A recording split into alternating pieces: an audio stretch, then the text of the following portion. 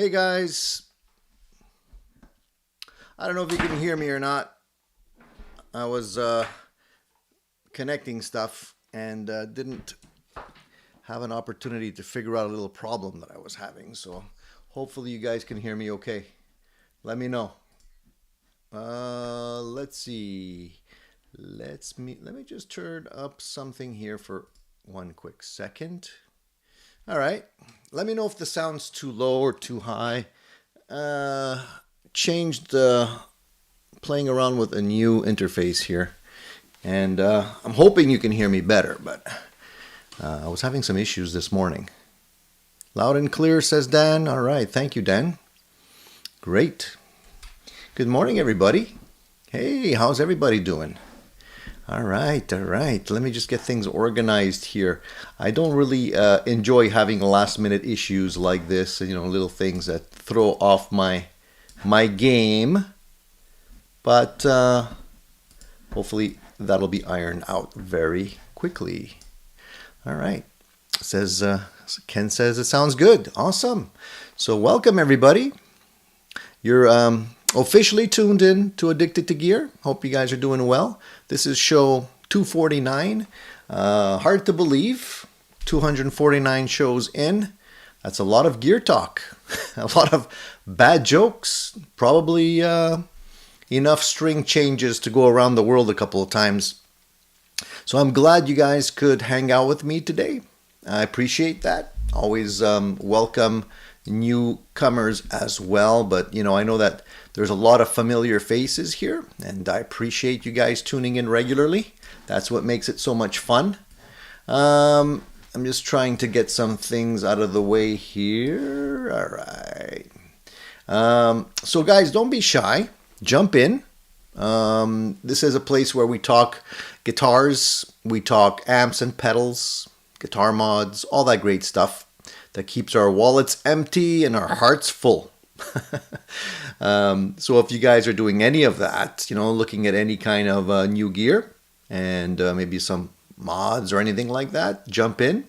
Don't be shy. We welcome people chatting. So say hello if you're new, and let us know where you're watching from if you're new here for the first time. Don't be professional lurkers. Just jump in. Everybody's welcome. And of course, hit the subscribe button, guys. Please, if you don't already subscribe to the channel, that helps us a lot.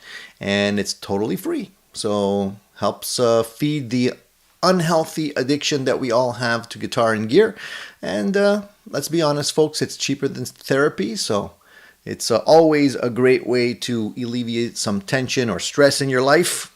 Pick up a guitar. All right. Let's say hi to everybody that's here. So let me start from the beginning here. I know there was a couple of you guys already chit-chatting. I like to see that. Ken is here. Jack.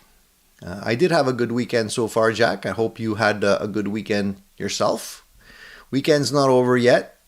We still have all of Sunday to enjoy before we head back to the grind. So Cushman, let's see. We also have Gene, Wayne,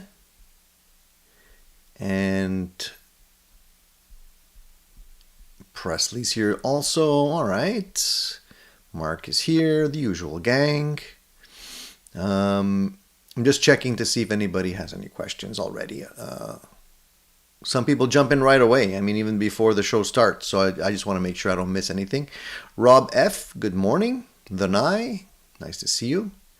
Stephen is here. Farid, all right. D. Smith.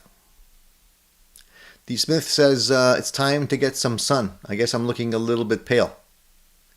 I'd love to get some sun if there's actually any sun that comes out. So far, I've been waiting. Don't worry, when the sun comes out, I'll be there. I'll be there for sure. All right. So let's start jumping right into the chat. Let's not waste any time. Jean says my mom drops me off here while she shops. Unsupervised too, I see, Jean. Jack says, what's in the box behind me? Oh, this box. This guy. Oh, it's just a little guitar stand that I picked up. Maybe I'll even do a little unboxing for you guys. Give you a little taste of what's in there. I tried to connect my fractal. I was playing around with the fractal all of this week. As you can see, there's a couple of things on behind me there that are not usually there. I have a stereo setup I was playing around with. So I'll show you the mess. So you can see the fractal there, and there's one of my FR speakers there. And I also have another one, which is there. The one that's tilted. That's a line 6 FR speaker as well. So I was using the fractal to set up my sounds, and I was doing that in stereo, which sounds amazing. Highly recommend if you guys can play through something like that in stereo. That's the way to do it. So I unplugged it quickly, and I wanted to throw it onto my Focusrite unit here that I just recently upgraded to the new version, because the old version wasn't doing it for me. And I wasn't able to get it to come through properly. I have to mess around with some of the settings in the software, and I ran out of time, so I didn't have an opportunity to do that. So my guitar's currently unplugged, so you're gonna have to listen to it that way for today, which is maybe a good thing. This is a guitar that I put together myself. This is sort of a custom build that I did. I wanted to have a purple Telecaster, so I ended up putting this one together. I painted the body, put it together. Came out really nice. This is nitro, so it's thin. It's already starting. I noticed a chip, a little missing chip there. Maybe you can see that right there. I noticed that today. I don't know where that came from. There's a few dings and stuff already, but you know, the guitar is made to be played, so I don't mind it. It'll be fine. I have to change the strings on these. These have locking tuners here. Solo locking tuners. I don't know if I've mentioned that before or shown you those before. Once again, I'm not a big fan of these locking tuners. I honestly believe that they make the strings sound rubber bandy quickly. I don't know why that is, but I think what ends up happening is when you pass the string through the post and you lock it down, there's not a whole bunch of string there. It basically squeezes the string and holds it in place so you can clip it. And what ends up happening, I think, is that the outer wrap of the string slowly gets unraveled over time, and it makes the string sound rubber bandy. So what I do now is I don't actually do it that way. I actually use it, I just wrap it like I normally would, just 1 or 2 times, and then I'll still tighten it a little bit, but I won't really use the locking mechanism. You know, it's what it is. I think it's one of the things that I've learned over time about locking tuners. They're not necessarily the best choice for me. So that's my story, and I'm sticking with it. So what's new with you guys this week? What have you been up to? As I mentioned, yeah, so this is a tuner. This is a guitar stand. It's something I picked up. I needed an extra one. It's a relatively inexpensive one. I'll open it up later. We'll take a look at it together, if you guys are interested in seeing that.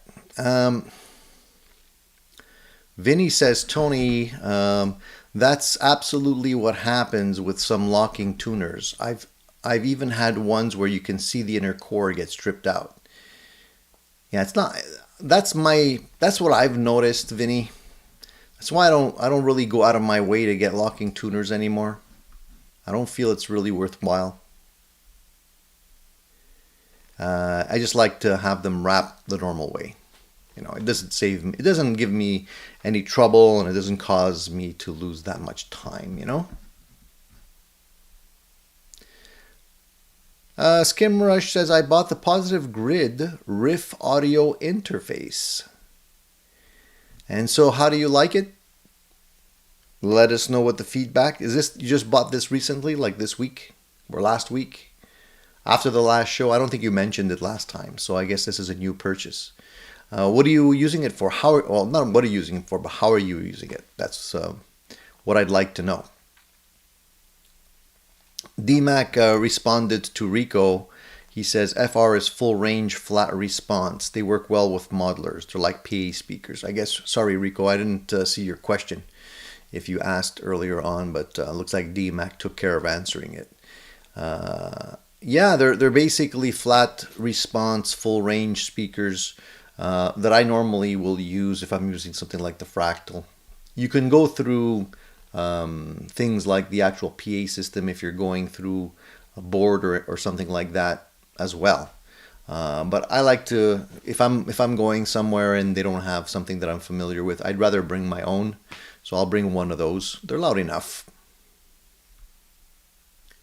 Vinny says my favorites are actually Fender split posts.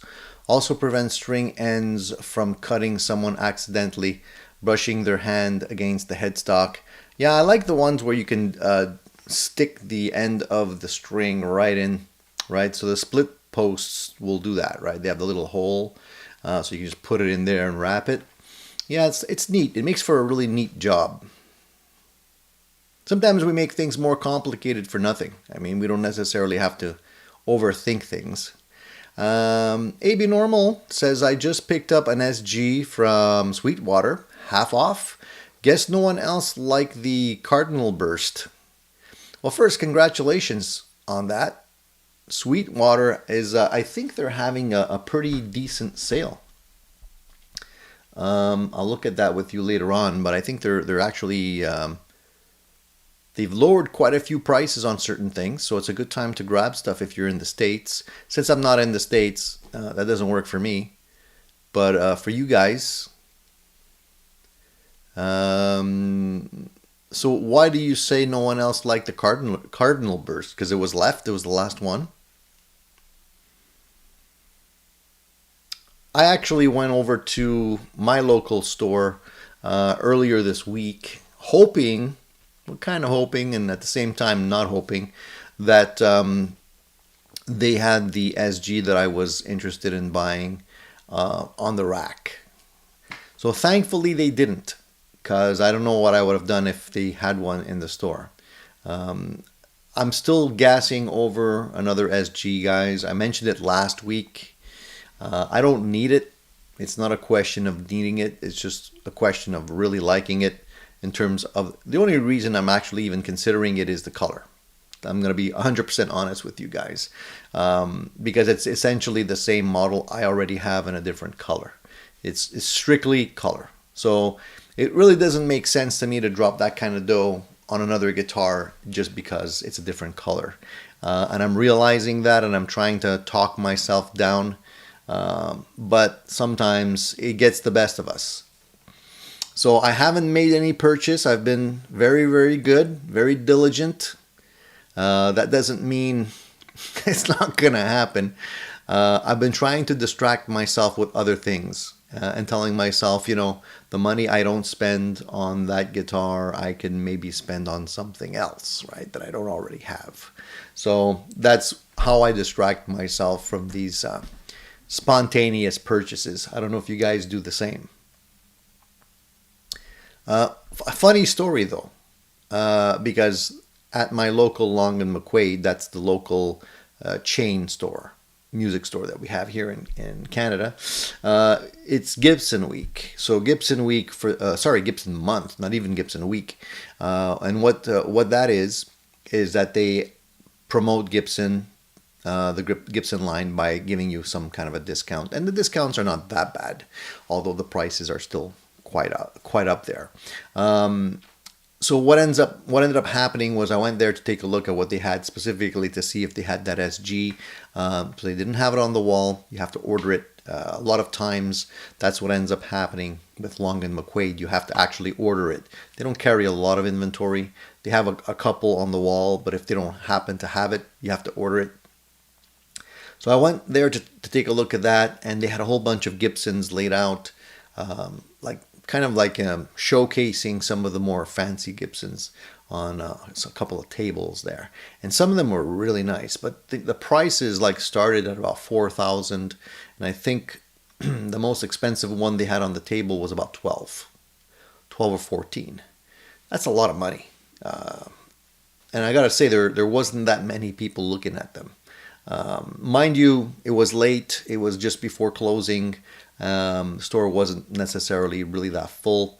So maybe there are people looking at some of those more expensive models, but that's way out of my price. So I didn't even want to get tempted. I didn't want to touch any of those. And I just looked at what they had on the wall. I happened to come across, they usually have a little showcase. As soon as you walk in, they have a showcase of a couple of guitars and a couple of amps and stuff that they have on sale for really low prices. So I wasn't really looking at anything specific, but they had a Kramer. And it was a Kramer Beretta, but it wasn't the special. It was the Kramer Beretta with a Floyd on it. And at first I thought it was the Beretta special. I didn't take a quick look. I just took a quick look and I didn't really pay much attention. But then I noticed it had the Floyd on it. So then I'm like, okay, let me take a look at this. So I picked it up, I played it, and it had the Floyd on it, and it was priced at about 400, I think 460, around that price. So I looked at it and I'm like, okay, interesting price, because I know that the Kramer Berettas usually with the Floyd go for over 1,000. So I'm like, this must be a used model or something. So I played it, and although it played nice, it wasn't better. I'm gonna say it wasn't better than feel wise than my Kramer Beretta Special that I have, other than the fact that it had the Floyd on it. So I'm not huge on a Floyd, but I thought, you know what, for that price, considering a Kramer Beretta now, the specials are like $200 something with a Floyd on it at 400, 460. That's not a bad deal. So I took it and I brought it to the guy and I asked him if there was any other colors available. It was red, okay? Not my favorite color, but it wasn't an ugly color. So then he started punching it in and he's like, nope. He's like, the Kramer, this Kramer comes in, he mentioned a few other colors. But what he said in passing was that he referred to it as a different model. So what ended up happening was that the price that they had on that guitar was the wrong price. It was for their lower end model. It wasn't the Beretta. It was a lower end model, which they mistakenly put on this one. So then when he looked at the right one, it was 1,000 something. It was like 1,200 or something like that, 1,200 or something. Anyway, I should have kept my mouth shut because I could have actually walked away with a guitar that was worth $1,000 for 400, which wouldn't have been that bad. But I had to open my mouth, right? I'm just an honest guy like that. So that's my story. But long story short, the point of this story was that I didn't feel like the guitar was any better than the Kramer Beretta Special, except that it had a Floyd. I put the Vega Trem on mine, and I swapped out the pickup, and I have a Seymour Duncan in there now, a Jeff Beck version of that humbucker. Sounds killer, and it plays really, really well. So I'm not sure it's worth $1,000, guys. No offense to anybody that may already have one now. Not sure. Not sure if I'd spend that kind of money on that guitar. Somebody's asking about what guitar I was interested in. It's an SG. I showed it last week. Let me show you. It's I'm gonna go to their website and see if they still have. I'm pretty sure they do. I hate when you get all these pop-ups that allow, they're asking you to allow and to accept all and to get all the cookies on your computer. It's such a waste of time. Okay. Okay, I'm gonna find it for you real quick. I'll show you. They have a lot. It's asking to use my current location. Man, they want to take all of my information. I'm telling you. Where is it? It's here. I promise. They have way more Epiphones than they do have Gibsons, I think. Come on, why does it keeps on asking me the same stupid question over and over again? All right, let me share. Hopefully you guys will be able to see this time. Let me know if you can see this. Wow. Can you see that, guys? Because last time we had a little issue. Can you see my screen? So it's this guy, Silver Mist. Beautiful looking guitar, in my opinion. You know, red is the classic SG. Can you see my screen, guys, or am I talking to myself here? Just want to make sure. So the red is really the classic SG color, in my opinion, but I just like this Silver Mist. It's so nice. It's basically here. Let me just zoom in on it. You can see that.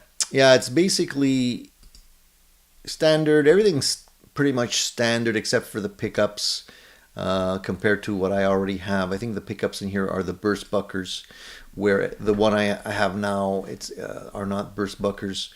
So it's $21.49. It's down from $26.99. And again, I don't need it at all, but it's a beautiful looking guitar, I would say. I don't know if you guys agree. What do you guys think? Am I crazy looking at this? Should I just like, I don't know. I don't know if this is a good thing. I'm basically indulging in my weaknesses here. Anyway, that's kind of what I've been tempted by this week. Not only that, there's a few other things too. I've been looking at a couple of amps. Again, I don't really need more amps, but I've been looking at stuff. I always like to look. You guys are not helping me. AB is saying, get it. Yeah, man, I know. I would get it, but I gotta sell some other stuff. And I could, you know, I could sell some other stuff and recoup. Mark is also saying you need to get it. He says my 61 custom color SG has those same pickups. They're great. Well, look, there's still time to place an order.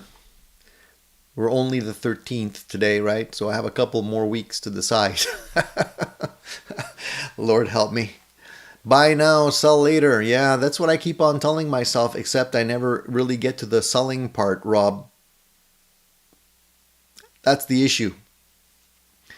Paul's also telling us to buy the SG. Oh, man. And Steven says, you're looking to the wrong people if you're looking for someone to talk you out of it. Don't I know it? Hey, I brought this on myself, right? Dan says, nice color. Willpower is a hard thing. It's like trying to control hormones. It's like it's in my DNA, you know? It's like you have a lot of great stuff and you're always looking for something else for whatever reason. I don't know why that is, but it's a problem that I can't seem to shake. And I'm not alone, I see, guys. The other thing that I've been... Shane's the only one who's talking sense. Shane says, don't buy it. I think I need to talk to your wife, Shane. I'm just kidding. I'm sure your wife's very nice, you know, but I know that she's been kind of like talking you down from buying other guitars too, so maybe I need that at this point. Cool Tune says, Tony, there's a Tokai on Kijiji for 1,500. Where's yours? Where yours made? Mine's a Japanese model. The ones I have are all Japanese models. I don't have any Korean models. I had one. I purchased one Korean model at one point just to try it, and I sold it. I ended up selling it. So the ones I have now, they're all Japanese, and I think the Japanese are a notch above. Mark says, "Yeah, we're not going to tell you to be sensible. This channel is called Addicted to Gear. Feed your addiction." Guys, if I buy some more guitars and my wife kicks me out, can I come and like bunk, over at, can I crash over at one of your places? I might need to do that if she kicks me out. Max says that's a nice Telecaster, purple or blue. It's technically purple. It's called royal purple. It's a color that I had custom made for me. Great Lakes Custom Color, the brand. They actually made this color for me. It's got a little bit of sparkle in it as well. It comes off blue a little bit in this light, but it's actually purple.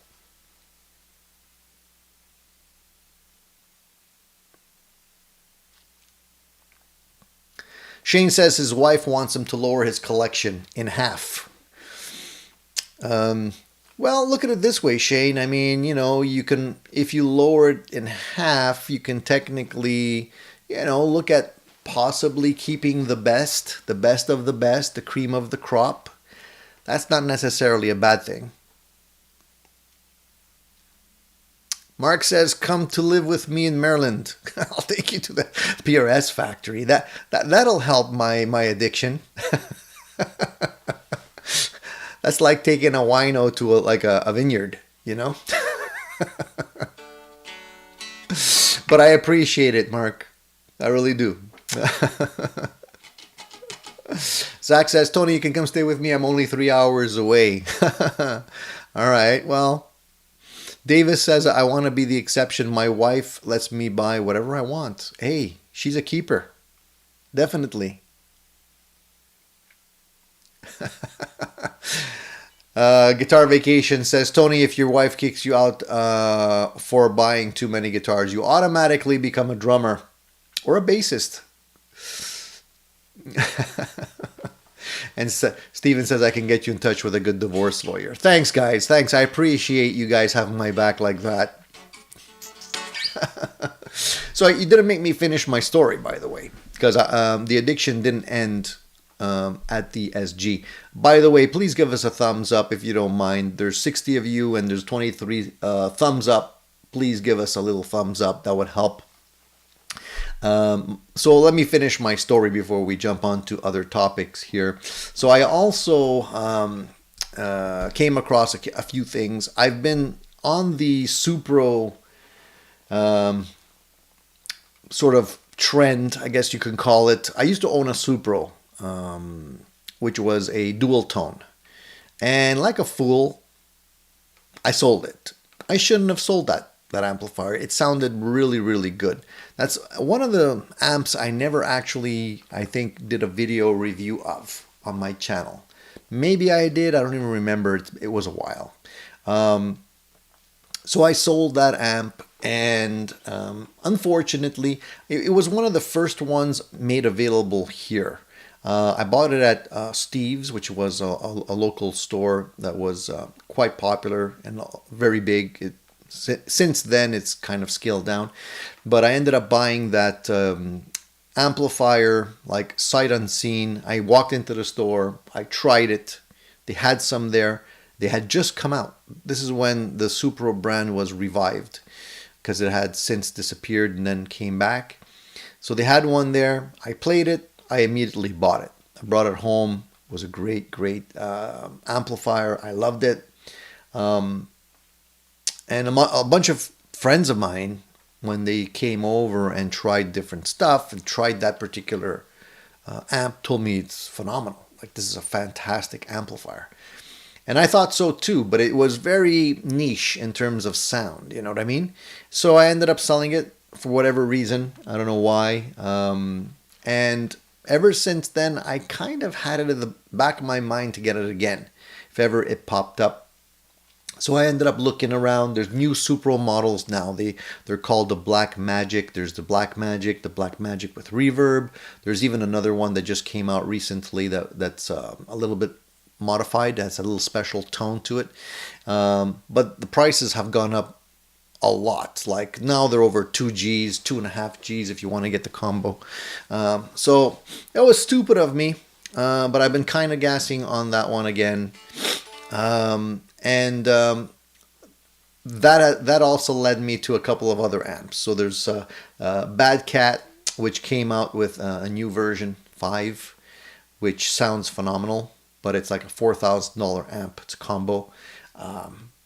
You know, if budget was unlimited, I'd love to get one of those, but I can't afford that in an amp. That's way too expensive. And also I was looking at there's a nice car Skylark, which is really nice as well for a combo. And then I was looking at some matchless stuff. And they're all like so expensive. I'm like, I can never afford these amplifiers, but it doesn't hurt to look. And then after you look at all these amps, you know, and you're drooling, you know, because you're hearing all these great tones, and then you can go, you know, back and search for amps and guitars that you can afford, and then all of a sudden you're looking at, you know, Black Stars and Marshall DSLs and stuff like that, you know, which nothing wrong with that if you have that, but it's sort of not in the same league as some of these other hand-wired boutique amplifiers that are so fantastic. So anyway, that's kind of, I've been kind of depressed, guys. I've been looking at this stuff and I'm like, man, you know, if only, but not yet, unfortunately. So let's get back to reality here, guys. What about you? What are you guys enjoying? I want to focus on the stuff we already have, right? So that was the reason why I posted the poll question this week. I don't know if you guys saw that or not, but the poll question was, what guitar or other piece of gear, it doesn't necessarily have to be a guitar, has brought you the most enjoyment? Because I wanted to kind of refocus my mind and saying like, okay, Tony, stop with looking at stuff that you don't have. Let's focus on the stuff that you do have, because, you know, I do feel privileged to have some pretty nice gear. So I shouldn't be unhappy. And I should enjoy what I have, right? So I thought about it for a while, and I thought, hey, that might make a good poll question for the boys. And I want you to just give me your answer. If you have something that you enjoy, that you bought, it could be something, it doesn't necessarily have to be a guitar. It could be a tuner, it could be a pedal, it could be, you know, a special cable, whatever, a guitar strap even.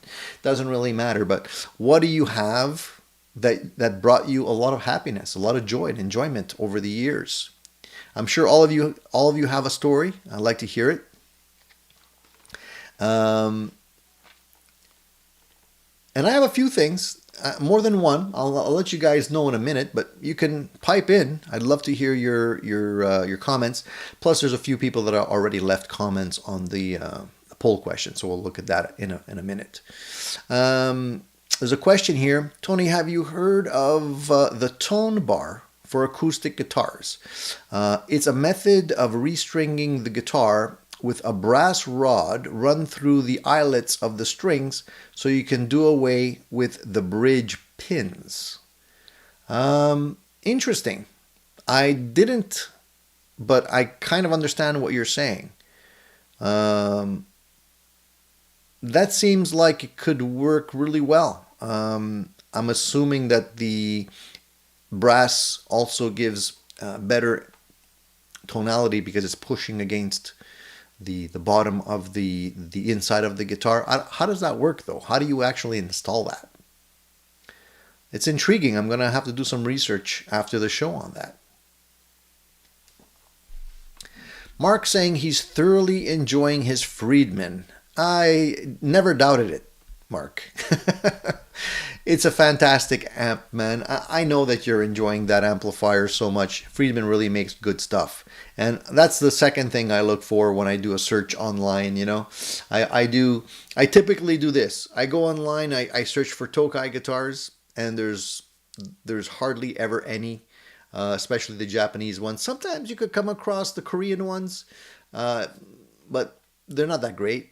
So I typically look for Tokai guitars, SGs. I'll look at that just in case something pops up. But I know I'm not going to find the one that I'm actually interested in right now.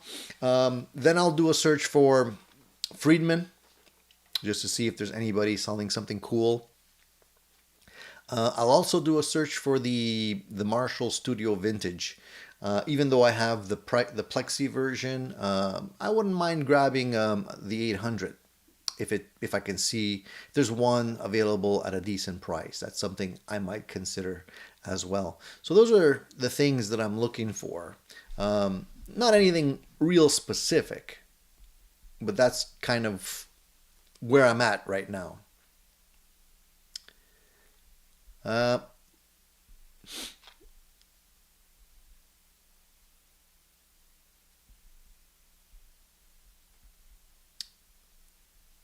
So Vox says that his wife just bought me a Behringer Fuzz Bender pedal. Holy man, it's got Zeppelin one tone for days and it's very interactive with my Telecaster tone and volume control. I love this thing. So I'm glad you mentioned that, Vox. That was the other thing I forgot to mention.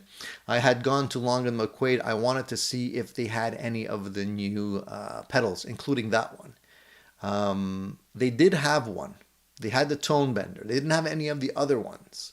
And I hesitated on the tone bender for whatever reason. I think because it was closing time and I had to grab something and I could tell everybody wanted to go home, so I didn't bother with it. But they had one. I might go back and grab it. If it's got Led Zeppelin tone, that's something that I'm always interested in. And a lot of people say it's so, depending on what type of gear you happen to be running it through. What can you just tell me, Vox? What are you using with it? How are you? What's your signal chain?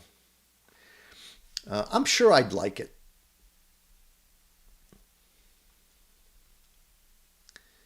I'm just going back here a little bit. Stuart says, I bought the T60 used for a great price. If I tell the wife that it will sell fast for at least what I paid, she understands that it's money in the bank. Yeah, if you can get a deal, that's a little bit of an easier pill to swallow. I try and also aim for something where I know that I'm not overpaying, but it's getting hard right now. There's a lot of gear it's gone up, and a lot of people are still trying to get top dollar for that used gear, but I see things listed for a long time. Months even sometimes. So I don't know if people are still willing to pay that kind of cash for used gear. Max says Eastmans intrigue me. I have an Eastman, Max. I don't know what model you're looking at, but I have a semi-hollow, beautiful guitar. If you're looking at something along those lines, you're looking at a happy customer right here.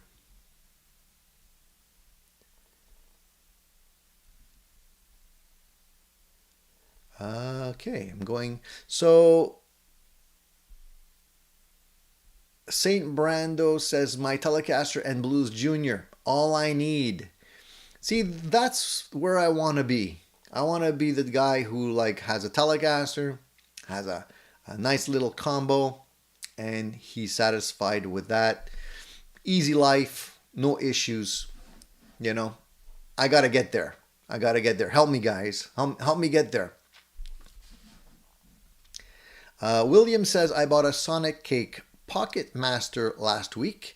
Its new firmware upgrade can now run NAM captures. Best $65 I've spent in a long while. I saw a lot of videos talking about that new Pocket Master. It's got a weird name though, I gotta say. Pocket Master sounds like a vibrator or something like that. But I hear good things though. So it's only $65. It's a no-brainer if it sounds good. Let's see here. So Max says, after cleaning a half-inch layer of dust and dirt away and spending an hour restringing it, my Taylor 655 CE has become the weapon of choice. it's good that some of you guys are still giving your acoustic instruments some love, because it's not only about electric guitars. I know some of you prefer electrics, and I play electrics a lot more than acoustics. But there, it goes in phases. Sometimes I get into the mood where I'll be playing acoustic guitars for a while, then switch over again. And it's nice to have that option available.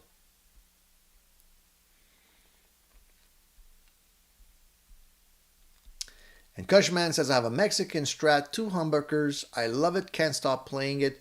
Just put a DiMarzio Super Distortion in it. So it's your very own Super Strat. It's the Fender version of a Charvel, which is actually owned by Fender. So it's like, that's really cool. I bless anyone who wants to mod their guitars to make them keepers and make them really fun to play. If you want to put humbuckers in a Strat, man, you got my blessing. Some people consider that sacrilege, not me. Do what you need to do just to make it work, man.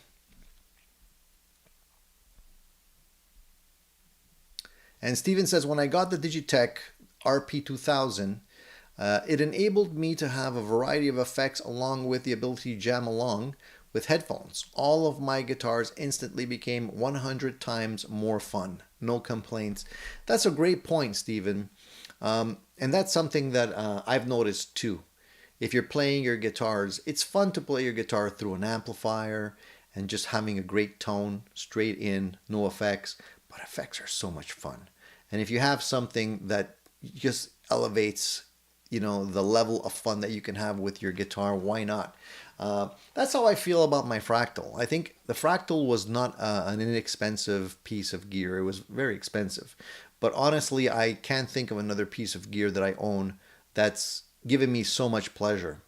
It's like a fun, non-stop box of fun. It's like every time I open it, I play around with the sounds, I discover new things.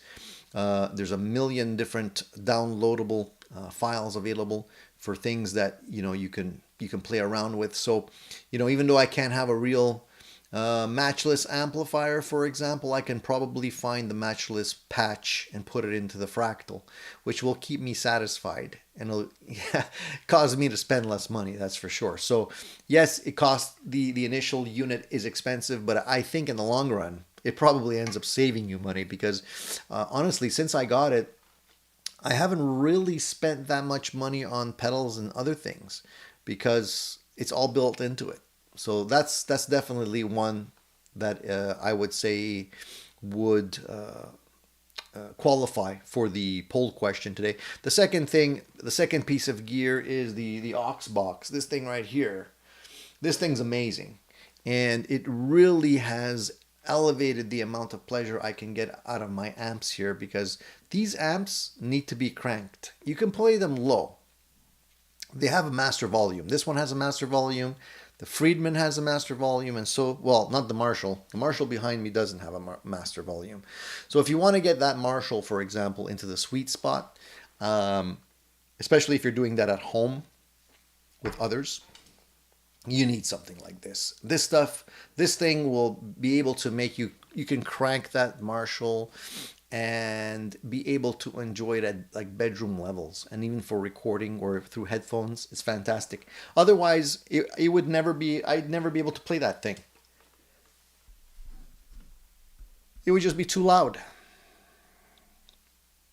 And of course, the last thing, you can't have two without three, would be my Tokais. I love the Tokai guitars, and I really play them a lot. And I think the reason why I like them so much is that because I didn't really pay them that much money. I ended up getting them when the time was right, and my favorite Tokai, I paid $600 for it, and it was just one of those fluke things. And there's a funny story associated with this thing. You know how I always say, guys, that when something is meant to be, it's meant to be? Well, that's exactly what happened with that guitar, the Tokai. I have a couple of guitars that ended up coming to me that way, and I say that because I honestly believe, like, if you're looking at gear and you look at something on the used market and you're not quick enough. It's there and then it's gone. It's not meant to be. I think if a guitar is meant to be, it'll stay there till you buy it. I'm telling you, it's the weirdest thing. But the Tokai that I have, the Japanese Tokai that I consider, let's say, my number one Tokai, that I wouldn't part with, honestly. It was a funny story. I came across it on the used market and I saw it. There was a listing for it and it looked fantastic. And I'm like, I gotta get this guitar before it's sold. So I ended up texting the guy, and he wouldn't answer. And it was like, I don't know how many text messages or trying to contact him through the application, trying to get an answer, and nothing, dead air. So I'm like, okay, this guy, he's obviously sold the guitar. He's probably not even answering his messages anymore because it's probably long gone. It's such a nice guitar. So I kind of like forgot about it. And then like 10 or 11 days later, I get a message from this guy saying like, yeah, the guitar's still available if you want it. I'm like, what? I couldn't believe it.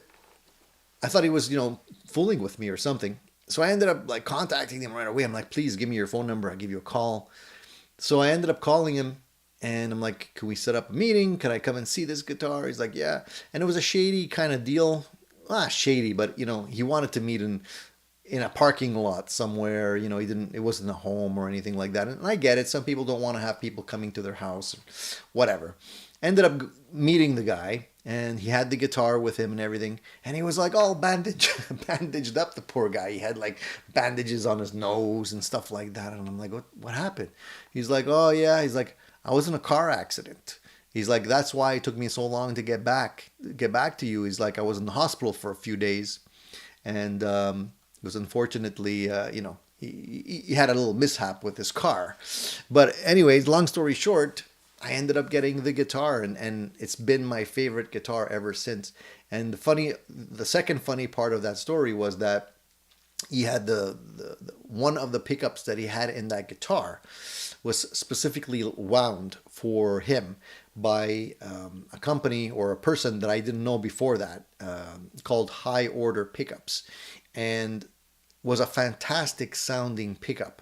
The neck, not so much, but it was the bridge pickup that he had wound specifically for him. So I ended up like, I didn't know who this winder was. High Order. I go, who's that? He's like, oh, he makes amazing pickups and they're not that expensive. So I'm like, I gotta check this out. So I ended up contacting the fellow and gave him the information, and I asked him, can you wind me a similar pickup for the neck position?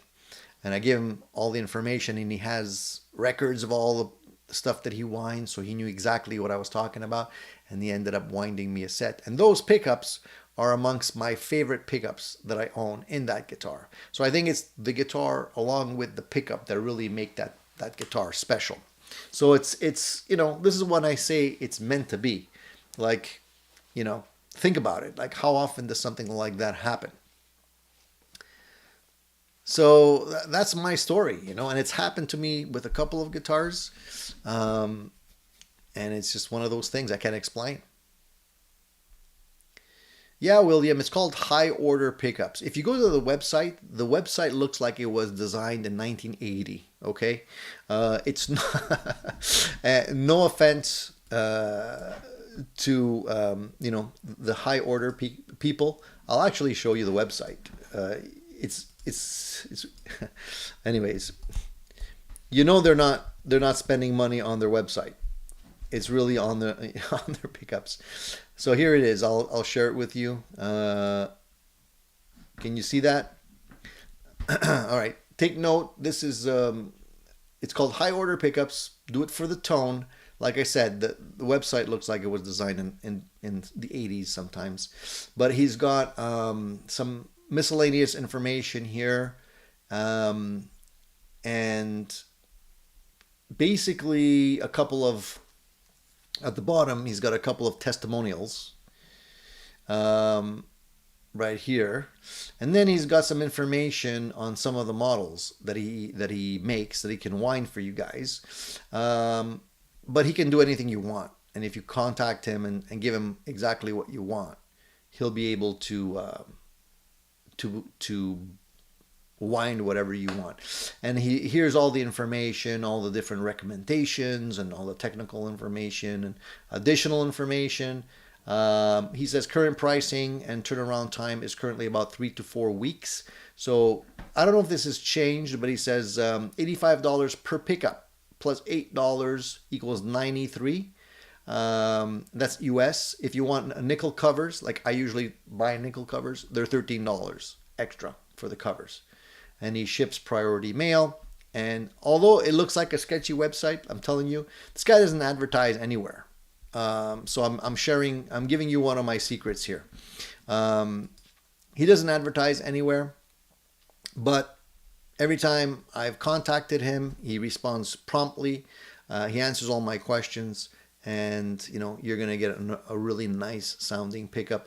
I've been thinking about ordering more for other things.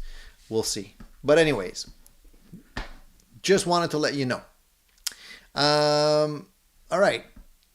So getting back on topic here, I think we basically went off topic there.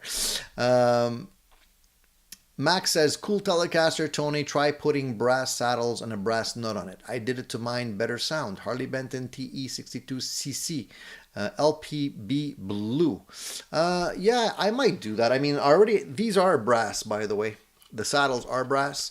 I'm not a big fan of the brass nut, and I'll tell you why. It's just because it's a lot easier to slot the nut when it's in bone. Brass is a little bit harder. Even though it's a soft material, it's a little bit harder. None of my guitars actually have brass nuts, but I hear good things.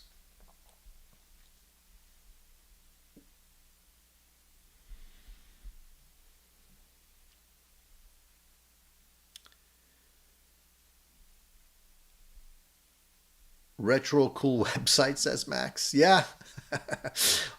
Website done in DOS? Probably. Hey, don't knock the 80s, man. The 80s were... I'd pay big money if I could be sent back to the 80s. Let me tell you.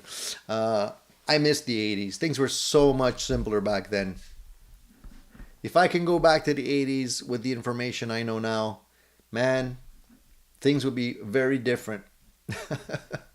So, by the way, talking about the one that's meant to be and, getting the most out of a piece of gear and whatnot, it's funny because I always think back to the story of Billy Gibbons and his amazing vintage Les Paul that's become legendary right now.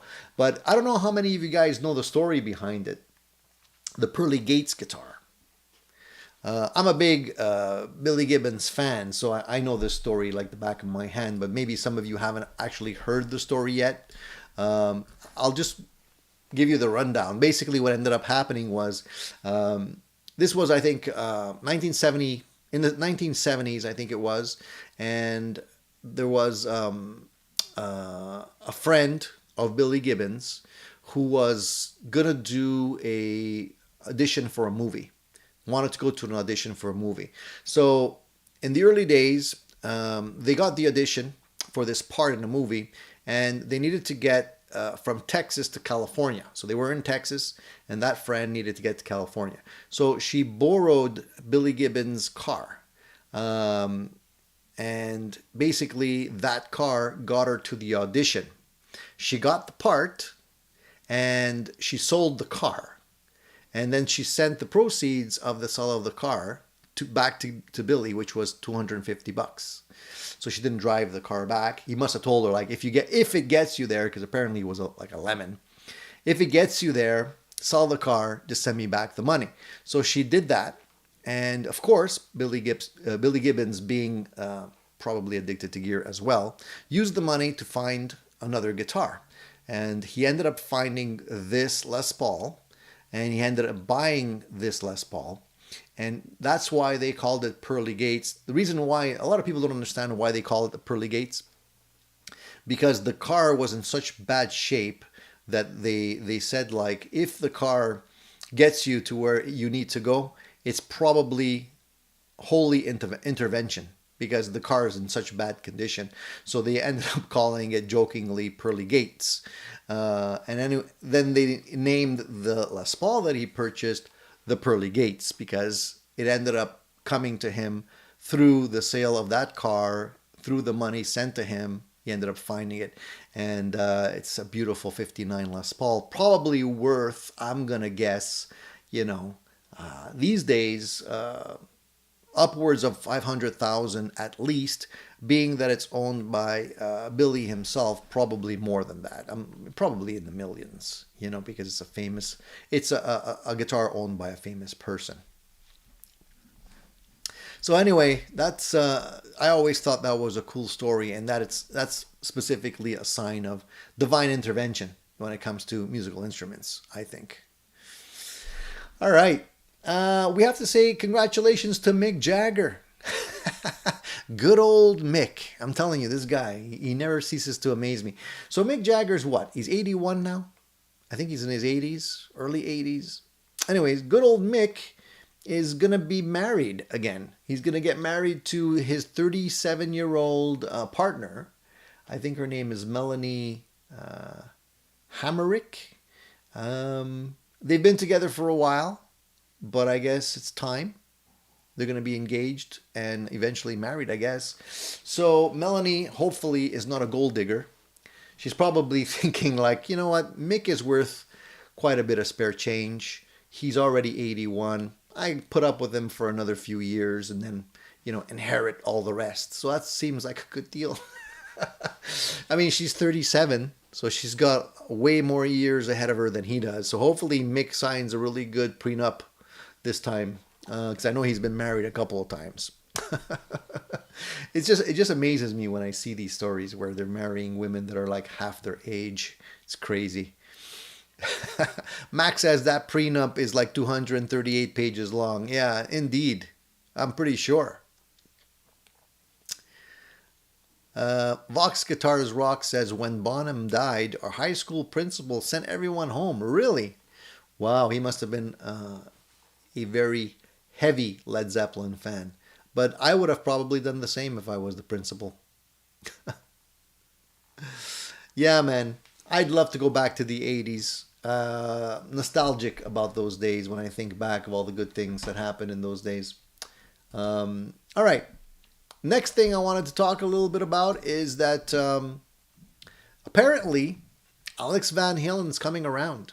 He's mentioned that they're going to be probably releasing 3 to 4 new albums from the 5150 vault. Eddie Van Halen recorded everything, and he had everything on tape. And apparently, he's mentioned a few times that there's a lot of unreleased material there, like just waiting. And so I think Alex probably has or is gonna take some time to go through all of that and maybe put together a few more albums. To just see him into his retirement, make sure that he can still live comfortably. But it would be cool to see what he comes out with. I'm curious to see if some of that material would be early material, not necessarily the later stuff that he was doing with Sammy, but maybe some of the earlier stuff that never saw the light of day. I'm curious. I'm a big Van Halen fan, so any Van Halen stuff with Eddie's playing on it, I'd love to hear. Even if it's sort of like sloppy seconds, I would still like to hear it. If you guys have jumped in late and don't know what to do, you have to subscribe to be able to chat. So if you're lurking in the shadows like a gear ninja, don't be shy. Subscribe, you'll be able to chat.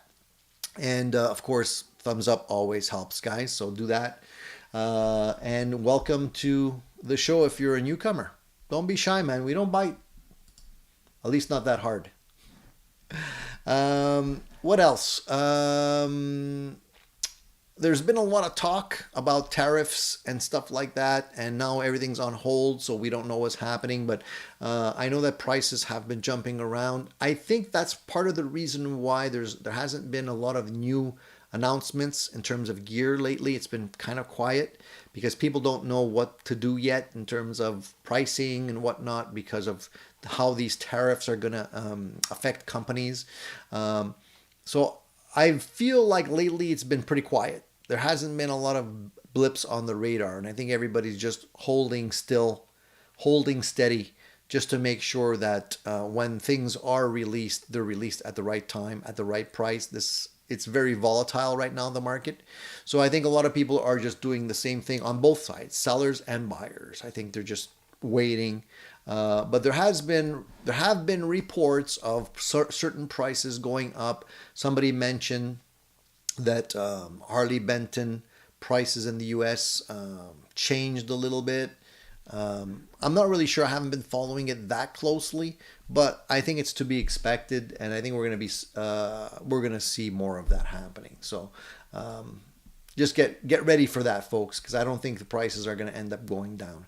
There also was a little story about Slash leaving X, which used to be Twitter, and he shared a statement on that, and I'm not sure what the reason behind it was, but it seems like his account was hacked, and so I think the reason why he ended up just canceling everything and just getting off was because of that, until he probably gets it under control.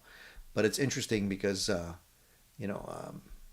didn't think people like that would necessarily be hacked, especially on a platform like X. But I think it's probably still easier to do than we think.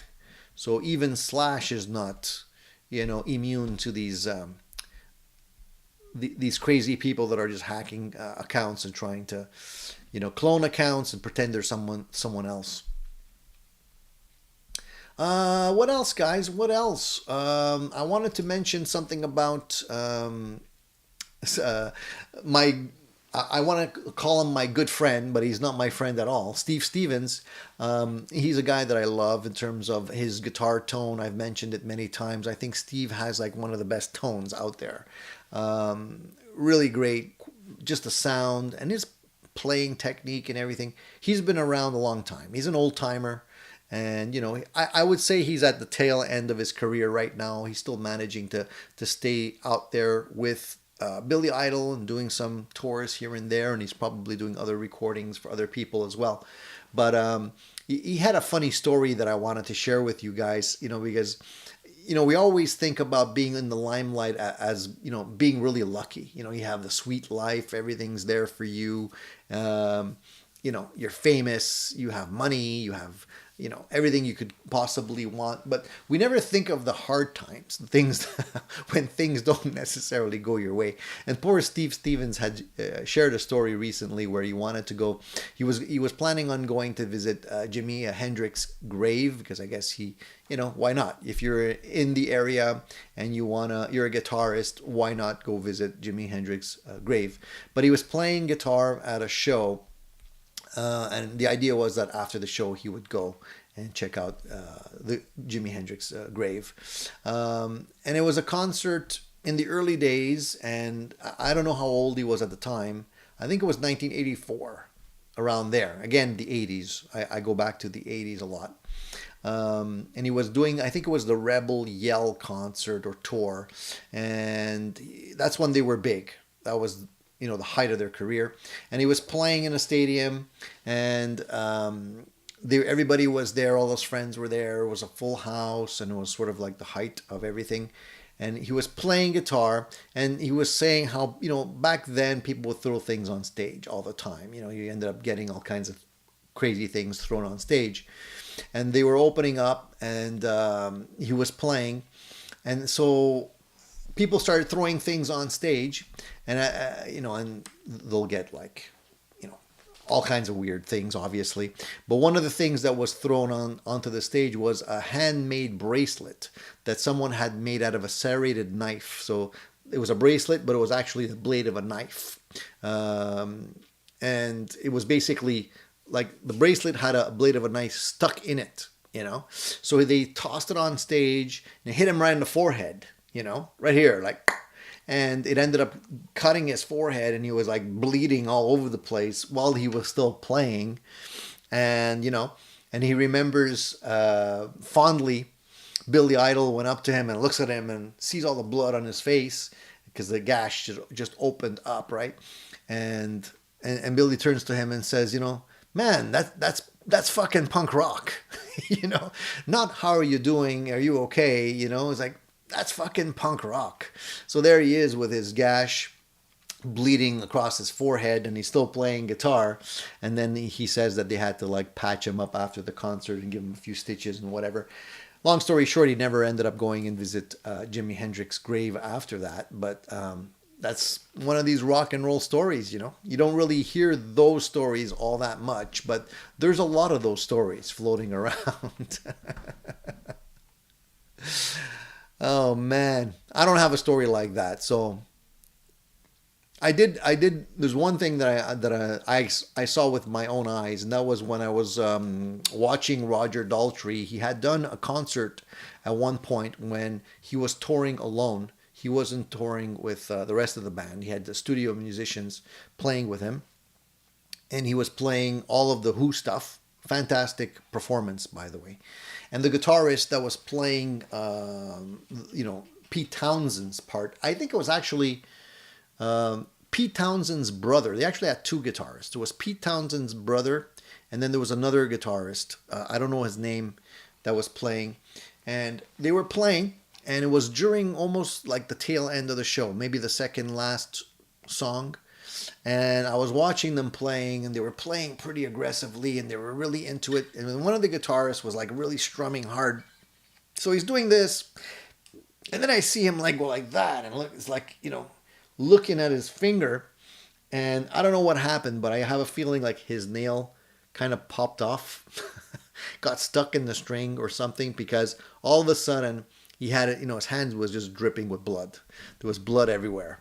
But he kept on playing, like the song wasn't finished, and Roger Daltrey hadn't seen what happened, and the guitarist is still trying to play, and now there's like blood dripping on his guitar and everything, and he's, every once in a while he'd look at his finger and stuff and look around, but he ended up, I'm pretty sure his nail either popped off or something happened. It was pretty bad, but he kept on going, man. The show must go on. So I gave that guy top marks for performance that day, because he really put everything into it. I mean, that's the last thing you want to have happen on stage. But the poor guy, So before I forget, I think I'm going to unbox this thing. I want to take a look at this this little unit, and I figured why not do it while you guys are here. We can still talk about other stuff while I take that out. I just have to put. So this is why I need to understand. I have no place to put my guitars. I'm gonna have to put it back there. Give me a second, guys. I'm just gonna put this down real quick. I'm just gonna put it right here.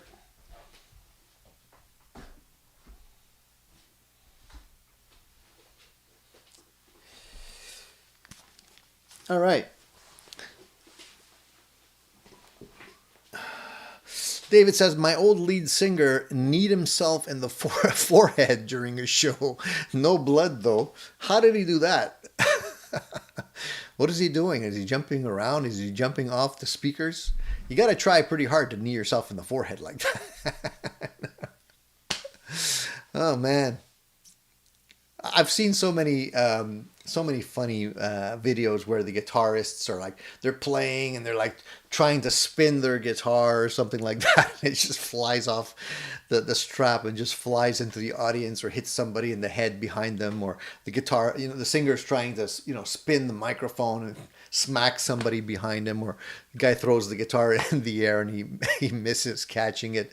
These are all like super funny things that I just love watching. They're so funny, man. It's like, oh man. All right, let's open up this thing. Let's see if I don't have a little blade or something. Let's just take this here. This is gonna open this up. If you're curious, this is a stand tripod basically a guitar tripod that I got from Guido. I think it's pronounced like guitar, Guitto, but I'm Italian, so it sounds like Guido to me, but it's Guito, I guess. Again, these Chinese brands, I don't know why they always choose names that are hard to pronounce, or you can pronounce different ways. But it's not that expensive, guys. This one here. This is why I ended up buying it. I just want to see if it's cheap and good or just cheap. So let me open this up.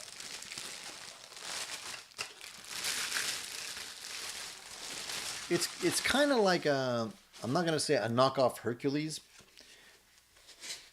but it's kind of like that. Okay, so let me see how this thing works. So there's a little. It's basically a guitar stand, guys, so it's not rocket science. But the legs seem nice and solid, nice and thick tubing, and nothing shakes.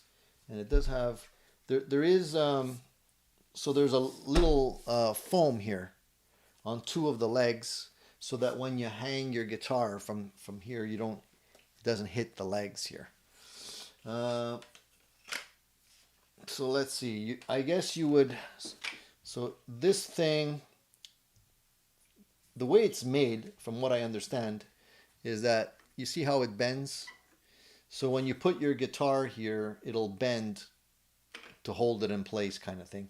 And there's like little spongy things here. Can you see that? And they have the little gripper, so you can pull and adjust with the notches. So you don't have to, screw things in, unscrew things. Let me try this here. Let me just, let's try live. Does this thing go further in? Let me just see something. I think we can notch this. Yeah. So that locks in place. And then, okay. Let me put my Telecaster on there.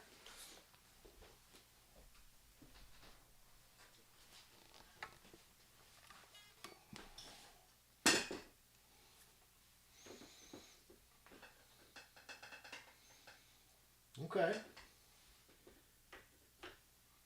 Seems to work, even with a Telecaster, considering the neck, the headstock is a little bit smaller. I always worry about Telecasters. Seems to work okay.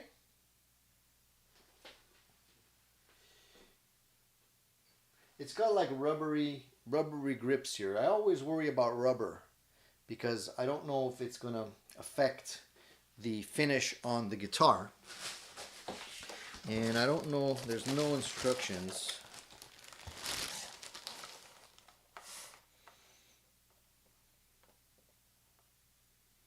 Soft silica gel products protects your guitar from scratches.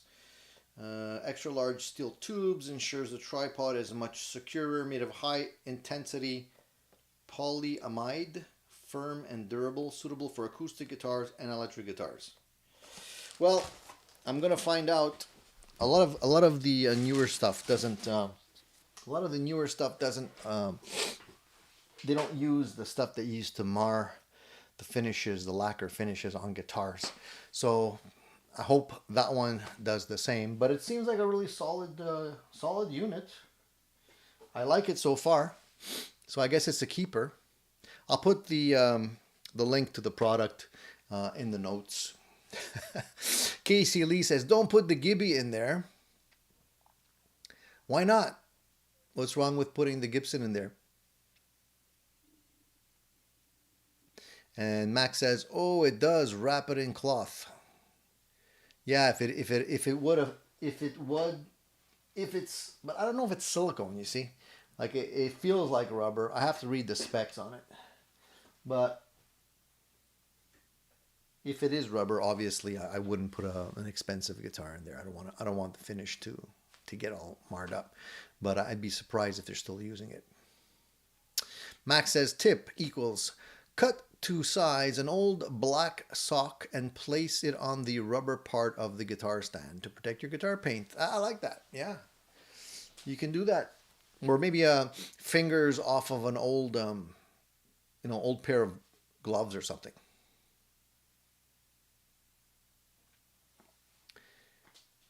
Max says he uses old cleaning chamois. That's always a good tip.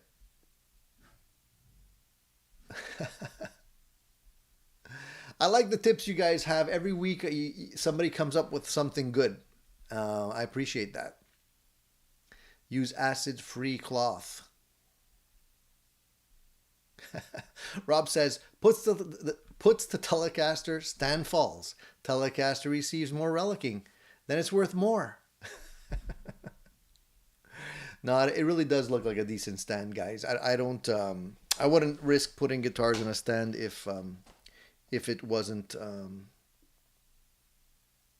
quality stuff. Hopefully, you can never tell. You know, sometimes never say never. It's always good to check.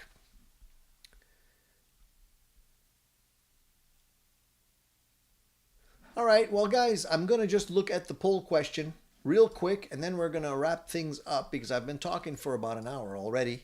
And I know you guys have better things to do with your weekend than just listen to me. So let's get to the poll question.